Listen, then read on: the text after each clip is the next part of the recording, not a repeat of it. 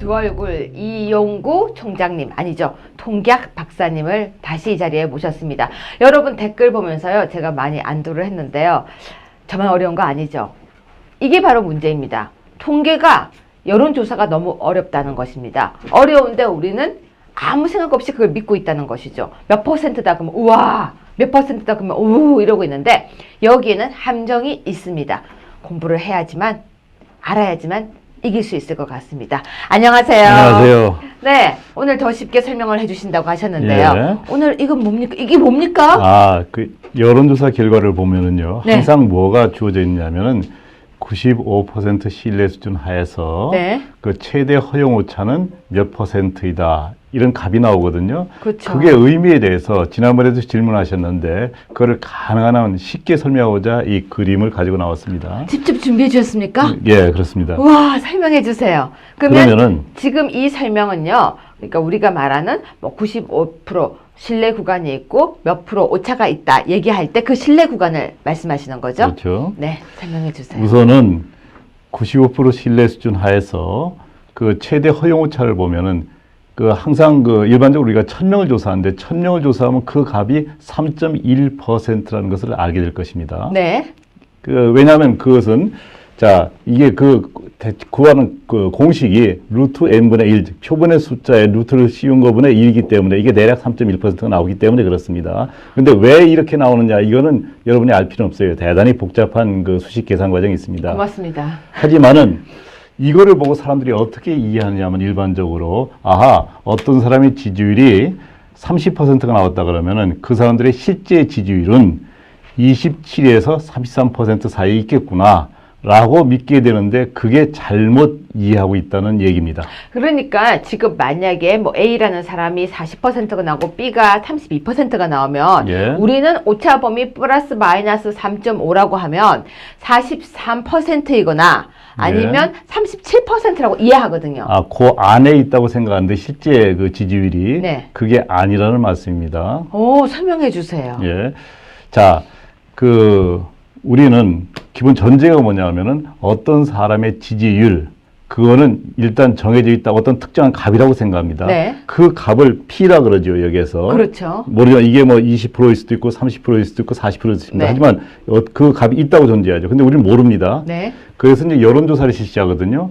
그래서 어떤 사람이 그 여론조사 결과가 30%가 나왔다 그러죠. 그러면 플러스 마이너스 3%라 그럴 때, 아하, 그 사람의 지지율이 27에서 33% 사이 있을 것이다라고 예측하는데 그게 잘못됐다는 얘기입니다. 왜 잘못된지 설명 좀 정확하게 해주세요. 말해서 네. 95% 신뢰 수준 하에서 최대 허용 오차가 플러스 마이너스 3.1%라는 거는, 그러한 여론조사를 한 번 하면은 35%가 나오지만 그 다음에는 38%가 나올 수 있고 그 다음에는 25%가 나올 수 있거든요. 네. 그거 나올 때마다 그 하나하나의 그 표본이 되는데요. 네.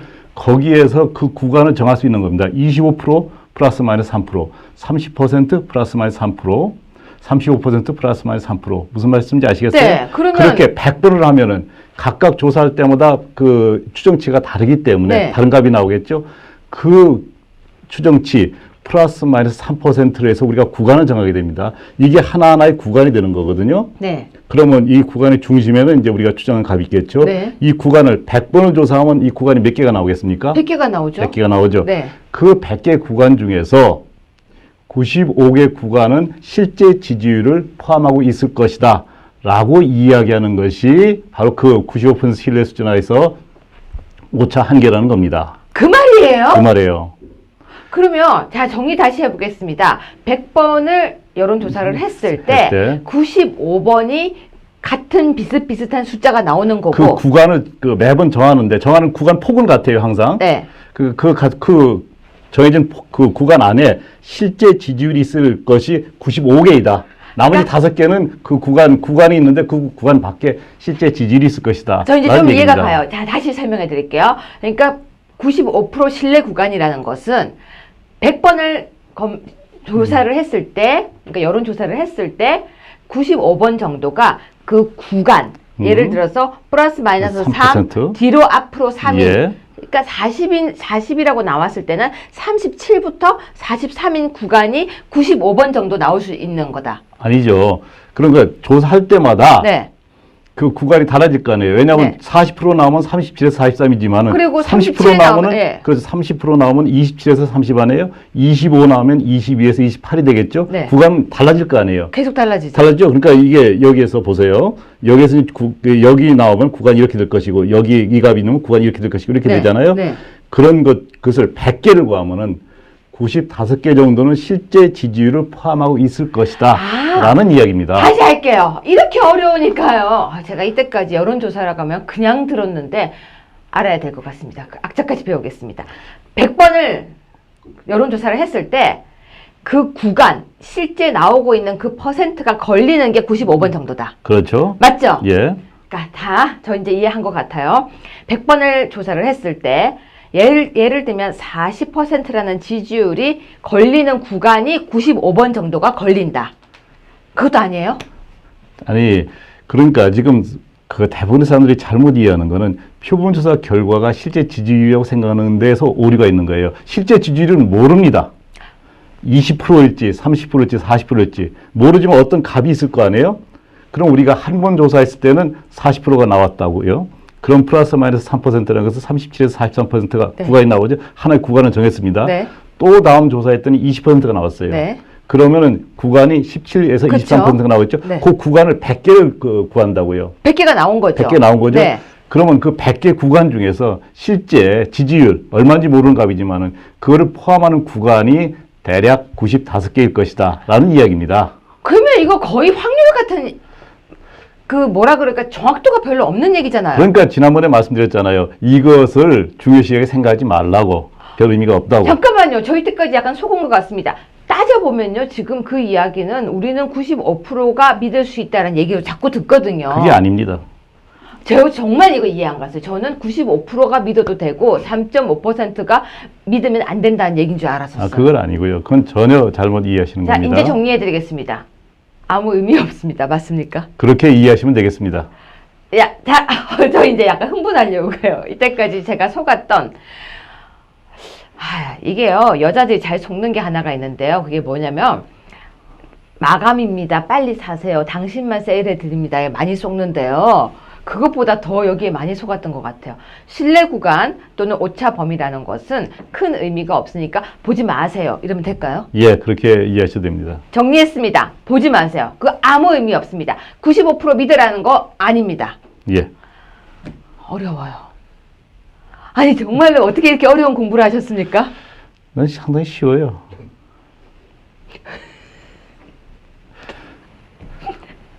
저를 두 번 죽이. 저 정말 이게 어려운 게요. 아주 오랜만에 루트도 보고. 그렇죠. 아까 깜짝 놀랐습니다. 지금 이런 숫자는요 안 쓴 지가 너무 오래되어서 고등학교 졸업하고 난 뒤에 쓴 적이 없는 것 같아요. 근데 네. 사실은 통계학의 어떤 이론적 배경은 수학인데요. 네. 저는 학부에서 경제학을 했습니다. 네. 근데 미국에 경제학을 공부하러 가려고 그랬더니 미국에서 그 당시에 공부하고 오신 교수님들이 야, 그 경제학을 공부하려면 우선 통계학을 제대로 공부해야 된다, 알아야 된다. 그 통계학을 들었는데 전부 다 학점이 아주 좋게 나왔어요. 네. A+로. 그래서 미국의 대학에 경제하고 통계학과 대학원에 그 입학원서를 제출했는데 네. 미네소타 대학교 대학원 통계학과에서 장학금을 주겠다고 연락이 와서 우리나라 사람이 그때 70년대에 장학금 주겠다는데 안 갈 이유가 없잖아요. 그래서 간 거예요. 총장님 연세가 그렇게 많으세요? 많죠. 70년대 대학을 다니셨어요? 내가 73학번, 재수안했으면 72학번인데 태어나지도 않았을 거예요. 저 72학번이셨다고요? 각 잡고 가겠습니다. 저 안 태어났었습니다. 계속 진행하겠습니다. 제가 머리가 나쁜 건지 이게 어려운 건지 근데 방금 우리 총장님은 쉽습니다 하는 걸 보니까요. 옆에 앉아가지고 그냥 법조문을 저는 외우고 앉아 있을까요? 저는 그게 어렵습니다. 근데 이렇게 배우니까 되게 좋은 것 같아요. 왜냐면 정말 잘 모르고 그냥 무조건 믿었었는데요. 이제 의심의 눈으로 이렇게 쳐다보게 됐거든요. 그 일반 분들한테 네. 이렇게 어려운 이론을 가능하면 쉽게 설명하는 것이 학자들의 책무라고 생각합니다. 특히 통계학은 일상적으로 많이 그 필요한 네. 그런 학문이기 때문에 가능한 일반 분들이 많이 이해할 수 있도록 노력은 하고 있습니다. 근데 통계학이라는 학문이요, 우리 생활에 모든 곳에 다 깔려 있지만 사실 저희처럼 인문학을 하는 사람들은 통계학을 좀 신경을 좀 잘 안 써요. 그런데 자연계, 이과계 사람들은 이런 얘기를 하죠. 그래서 그게 어떤 통계가 있는데 이런 얘기를 많이 해요. 제가 네. 통계학 강의할 때 제일 처음에 뭐로 시작하느냐면은 자, 통계학이란 무엇이냐? 불확실한 현상에 대해서 자료를 구해가지고 그 자료에 근거해서 정보를 구하는 학문이다. 네. 이렇게 얘기하면서 네. 그러면 여러분의 삶에 있어서 불확실하지 않은 것이 무엇이 있느냐라고 묻습니다. 그럼 모든 게 다 통계학이네요. 그러면요, 모든 인간의 삶 자체가 통계 분석의 대상이 되는 겁니다. 그래서 제가 그 얘기를 했더니 저희 남편이 하는 얘기가 통계는 우리 모든 생활이 통계다 이러는데 제가 거부를 했어요. 그래서 남편이 이제 아무래도 이렇게 뭐 환자들이 이 약을 하고 이 수술을 하고 어떻게 되는지 통계를 계속 내고 있는 거예요. 예, 그렇습니다. 그래서 저는 의학에서도. 이제 배우고 싶지 않다고 거부를 많이 했어요. 저를 붙들고 설명을 해주려고. 근데 제가 이번에 큰 교훈을 얻었습니다. 아무리 피해도 언젠가 올 것은 온다. 이렇게 대가를 모시고 앉아서 통계 수업을 들으면서 제가 지금 사실 여러분 제가 지금 땀을 좀 삐질삐질 흘립니다. 제가 수학을 굉장히 못했거든요. 그러니까 더하기 빼기 이런 건 아주 잘하는데 암산은 잘하는데요. 오랜만에 루트도 보고요. 이러다가 뭐 3.14 이런 원주율 이런 얘기 하지 않을까 걱정이 됩니다. 그래도 배워야 하니까 배우겠습니다. 자, 이제 통계학은 이제 그만하고요. 네. 자, 이제 여론조사 분석 아닙니까? 네. 여론조사 분석에 들어가는데요. 오늘 할 내용은 어제 즉 4월 24일 네. 그 조선일보가 칸타 퍼블릭이라는 회사하고 공동 조사를 해서 발표한 내용에 근거해서 네. 분석을 해보도록 하겠습니다. 우리나라에 여론 통계, 여론 조사를 하는 기관이 굉장히 많은 것 같아요. 굉장히 많죠. 네, 모두가 다 그 공신력은 다 있습니까? 그 협의회가 있기 때문에 그 협의회에서 그 사회조사, 여론조사의 어떤 기본적인 원칙을 정해놓고 그 원칙에 따르도록 하고는 있습니다. 우리가 지금 규제는 하고 있으니까 예를 들면 잘못된 여론조사를 내보냈을 때 거기에 대한 징벌적 그런 그런데 문제는 뭐냐면 네. 무엇이 잘못된 결과인지 사실을 모르기 때문에 그거를 판단하는 것이 매우 어렵다는 얘기입니다. 야 이거 땅 짚고 헤엄치는 곳이네요. 그러면요. 어차피 아무도 그 정확한 값은 모르거든요. 우리도 통계조사 그런데 만들까요? 만들어도 됩니다. 그러네요. 이거 괜찮은 것 같아요. 자, 설명해 주세요. 예. 네. 사실은 그 어제 4월 24일 발표 결과를 보고 네. 아마 우리 자유한국당 그 지지하는 분들, 특히 홍준표 후보를 지지하는 분들이 매우 좀 실망하셨을 것 같아요. 많이 왜냐하면은 실망했죠. 여기에 나온 결과 지지율 보면 7.6%로 나오거든요. 네. 그런데 이 조사에서 조선일보에서 다 해서 설명을 했습니다. 그걸 하나하나 그 중요한 포인트만 설명드리겠는데요. 네. 요즘 여론조사 결과 발표에 하나의 특징은 뭐냐면 첫째는 안철수 후보의 지지율이 급격하게 하락하고 있다. 네. 두 번째는 뭐냐면은 그 문재인 후보의 지지율은 그래도 정체돼 있다. 어느 정도 수준에서. 올라가지도 않아요. 그러면요. 내려가지도 그리고 않고. 홍준표 후보의 지지율은 조금 움직이지만은 아직은 이제 상승 추세에 있지만은 그렇게 의미 있는 거는 아직은 나타나고 있지 않다. 네. 그리고 무응답층이 상당히 늘어났다. 아, 그래요? 네. 이렇게 나오고 있거든요. 자, 그러면 여기에서도 그것이 주어지고 있습니다. 지금 문재인 후보, 안철수 후보, 홍준표 후보, 심상정 후보, 유승민 후보 이렇게 되어 있는데요. 네. 여기에서 물론 문재인 후보의 지지율이 37.5% 제일 높습니다. 그런데 요 다섯 후보의 지지율은 모두 합하면 얼마인 줄 아세요? 77.7%입니다. 왜 100이 아닌가요? 자, 그러면은 100에서 22.3%가 빠지는데요. 그럼 22.3%에서 기타 후보가 1% 있다 그래요. 네. 그럼 21.3%의 사람들이 이 자체에서도 응답을 무응답으로 남아 있습니다. 네. 그런데 이 조사 설계를 들여다 보니까 우선 4월 20일, 22일 사이에 조사를 했고요. 네. 전체 조사 대상자는 1,030명인데 실제 그 전화를 성공한 케이스가 6,448통화입니다. 네. 그 중에서 5,418통화에서는 응답을 거부했어요. 뭐야? 그리고 1,030통화가 조사 완료돼 있는데 즉 응답률이 16%입니다. 즉 84%의 사람들이 응답을 거부했어요. 아직도 이 조사에서도요.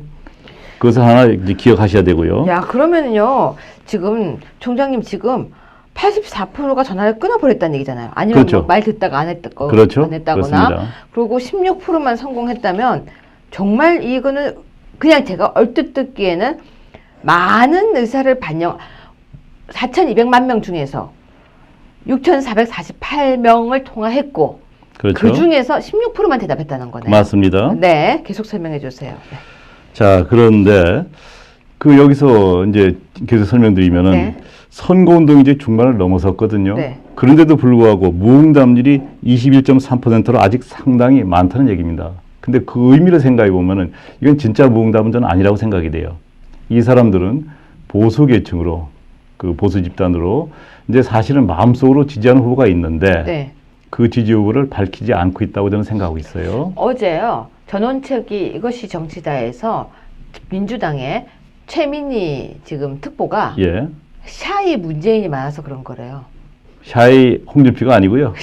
왜 놀라세요? 샤이 문재인. 자, 그럼 그게 잘못됐다는 걸 제가 설명드리겠습니다. 네네. 자, 그 조선일보 조사에서 그 발표된 걸 보니까 네.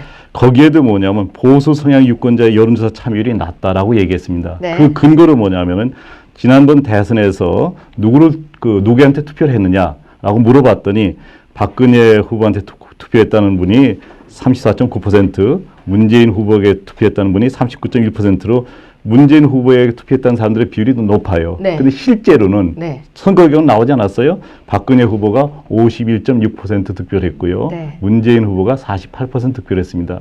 즉 뭐냐면 지난번 대선에서는 실제로 박근혜 후보가 더 많은 득표를 했는데 이번 여론조사에서는 문재인 후보한테 투표했던 사람들의 응답률이 더 많다는 얘기라고요. 근데 참 특이한 걸 또 발견했어요. 예. 문재인 후보는 그때나 지금이나 지지율이 비슷해요. 그렇죠? 지지율이 오히려 여기 보면은 그때 문재인 후보한테 찍었다는 사람이 39.1%인데 네. 현재 지지율은 30.5%로 약 2% 정도가 내려갔죠. 거기도 거의 그냥 약간 비슷하지만 부동층처럼 그 층에서 이 시국에도 올라가질 않네요. 글쎄요. 그게 하나의 중요한 포인트고 네. 또 하나는 뭐냐면은 TK 지역에서 네. 그 홍준표 후보의 지지율이 네. 그 많이 상승하고 있다는 겁니다. 네. 즉 7월 7일과 8일 조사에서는 그 안철수 후보 지지율이 45.3%, 문재인 후보 20.8%, 홍준표 후보 9.9%였는데 네. 이번 조사에서는 그 안철수 후보의 지지율이 32.2%로 대략 13% 정도가 하락이 됐고요. 네. 문재인 후보가 18.7%로 약 2% 정도 하락이 됐고요. 대신 홍준표 후보의 지지율이 15.6%로 대략 6% 이상 상승이 됐는데 이게 문제가 아니라 최근에 한국 갤럽 여론조사 발표에서는 네. TK 지역에서 홍준표 후보의 지지율이 26%로 다른 두 후보 지지율이 23, 24% 나와서 그보다 훨씬 높은 1등 했네요. 1등을 한 적이 있습니다. 최근의 조사입니다. 한국 갤럽에. 이거는 의미가 있는 거죠. 상당한 의미가 있는 거죠. 네. 아직도 홍준표 후보를 지지하는 유권자들이 여론조사에서 잘 나타나지 않고 있다. 네. 즉 샤이 보수가 상당히 존재하고 있다는 것을 이 여론조사 결과에서도 우리가 알 수 있습니다. 제가 오전에 제 친구하고 아주 오래된 친구와 잠시 이야기를 했었어요. 예. 근데 그 친구가 이번엔 당연히 3번이다 그 얘기를 하더라고요. 예. 본인은 나는 보수니까 3번이지 이러는 거예요. 예. 그래서 제가 순간 헷갈렸어요. 우리 당이 3번인가 하고 하다가 아니야 그게 보수 아니야. 그러니까 보수래요. 예. 그런데 아직 지금 14일 남았거든요. 그렇죠. 그러면 보수이가 아니라는 게 밝혀질 경우에 빠져나올 보수층도 있지 않을까요? 그러면요, 거기서 빠져나오죠. 자, 그리고 왜 그러냐면은, 여기에서 보면은, 네. 조선일보 조사에서 아주 의미 있는 다른 조사가 있습니다. 근데 이거 거기에서. 잠깐만요. 아까 거 잠깐 보면요. 자, 총장님. 왜 이렇게 됐습니까? 유승민요? 네. 항상 이렇습니다. 하니까 이거는 별 의미가 없습니다. 항상 이분에 대한 지지율은 항상 2%, 1.몇 프로, 2% 이 정도이기 때문에 네. 별 의미는 없습니다. 근데 그 바른정당에서는 우량주라고 하더라고요.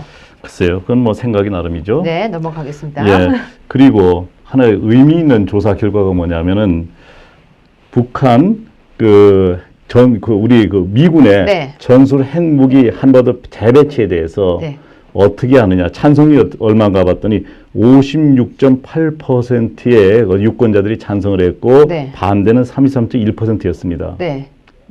그리고 특히 찬성이 굉장히 높네요. 그 20대, 19에서 29세 사이에서도 56.9%의 유권자들이 찬성을 했습니다. 군대를 갈 젊은 나이층에서 그렇죠. 찬성을 하고 있네요. 네. 그런데 그 TV 토론에서 보셨겠지만은 미군의 전술 핵 재배치에 대해서 강력하게 주장하는 후보는 바로 우리 후보가 강력하게 주장, 그렇죠. 반대하는 사람은 문재인 후보 측과 심상정 후보 측이죠. 그렇죠. 네. 그래서 우리 홍준표 후보가 강력하게 주장하고 있는 네. 미군 전술 핵 재배치에 대해서 찬성하는 유권자의 비율이 이렇게 된다는 얘기입니다. 56.8%라는 얘기입니다. 네. 심지어는 20대에서도 56.9%가 나왔습니다. 네. 이로 볼 때 앞으로 우리 홍준표 후보의 확장 가능성 대단히 높은데요. 이거를 또 여론조사 결과를 가지고 말씀드리면은 우리나라는 항상 보수, 진보, 중대 비율이 4대 4대 2라고 얘기하고 그건 네. 맞습니다. 네. 그렇다 할 때 그 이 여론조사 결과에 있어서 보면은 그 보수하고 중도의 비율이 전체적으로 한 60%가 돼야 되는데 네. 여기에 나타난 거는 37.3%입니다. 안철수 후보하고 네. 홍준표 후보, 그 유승민 후보를 다 합하면은 그리고 무응답이 21.3%였잖아요. 네. 두 개를 합하면은 얼마가 되느냐면은 58.6%가 됩니다. 이거 약간 희망을 지금 가지게 돼요. 그렇죠? 근데 그 문재인 후보가 30.5% 하네요. 네. 그러면은 58.6%를 결과적으로는 홍준표 후보와 안철수 후보가 나눠가게 될 건데요. 그렇죠. 투표장에 가면은. 네. 그러면 그 중에서 만약에 안철수 후보가 20%가 안 된다 그러면은 홍준표 후보의 지지율은 얼마가 나오죠? 20%라고 쳐도? 20%라고 치면은 38.6이죠. 그렇죠? 그러면 문재인 후보의 지지율은 얼마입니까? 35%. 37.5%. 37.5. 네. 네. 더군다나 이 조사 결과는 문재인 후보에게 그 유리하게 과대 계상된 것이 잠재적으로 보여주고 있거든요. 아까 말씀드린 것처럼 그 지난 대선에서 문재인 후보 찍은 사람들의 비율이 더 높았고 네. 또 일반적으로 여론조사는 학력이 높은 사람들의 응답률이 상당히 높고 네. 이런 거를 고려할 때 문재인 후보의 지지율은 실제보다 과대 계상돼 있다는 걸 우리가 얘기할 수 있다고요. 생각할 수가 있다고요. 네. 그렇다고 볼 때 홍준표 후보가 만약에 이 결과를 그대로 믿는다 하더라도 35% 정도만 우리가 그 지지율을 얻을 수 있으면은 당선될 수 있다는 얘기라고요. 여러분 지금 듣다가 제가 눈이 번쩍 떠졌습니다. 힘이 빠져 있을 때가 아닌 것 같아요. 14일 남았습니다. 14일 동안 우리가 어떻게 하느냐에 따라서 충분히 우리가 여론조사 결과를 보면서도 유추해 볼 수가 있는 것 같습니다. 단 조건은 하나 있습니다. 조건이 있다고 합니다. 뭐냐면은 이 지금 샤이 보수층에서 이런 여론조사를 보고 투표해봐야 우리는 안 돼. 그러니까 투표장에 안 나가고 투표를 갖다가 하지 않는 그러한 불상사가 발생되지 않아야 된다는 조건 하에서입니다. 즉 이 말을 번역을 하겠습니다. 당신의 귀중한 한 표가 대한민국을 살립니다. 맞죠? 맞습니다. 그리고 또 하나 더 한마디 하겠습니다. 아니 찍으면 찍는 대로 가는 거예요. 무슨 말이냐면요. 먹으면 먹었는데 큰일 났습니다. 이상한 소리 할 뻔했습니다. 무슨 말이냐면요. 콩 심은 데 콩 나고 팥 심으면 팥 납니다. 그렇습니다. 맞죠? 콩 찍으면 홍이 됩니다. 그래서 홍 찍으면 홍이 됩니다.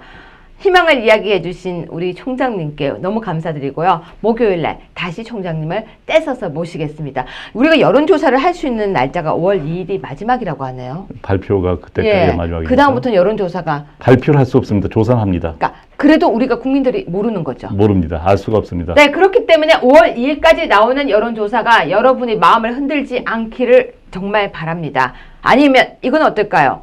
여론조사가 제대로 될 수 있게 우리가 왕창 설문조사에 응하는 거예요.